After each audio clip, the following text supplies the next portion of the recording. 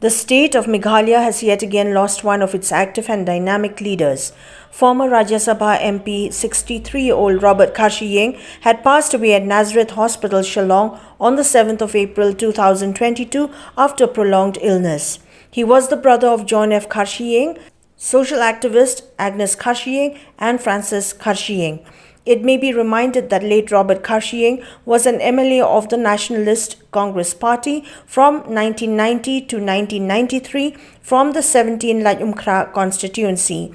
During his tenure as Rajya Sabha MP, he also held the position of chairman of Rajya Sabha Grassroots Democracy Advisory Council.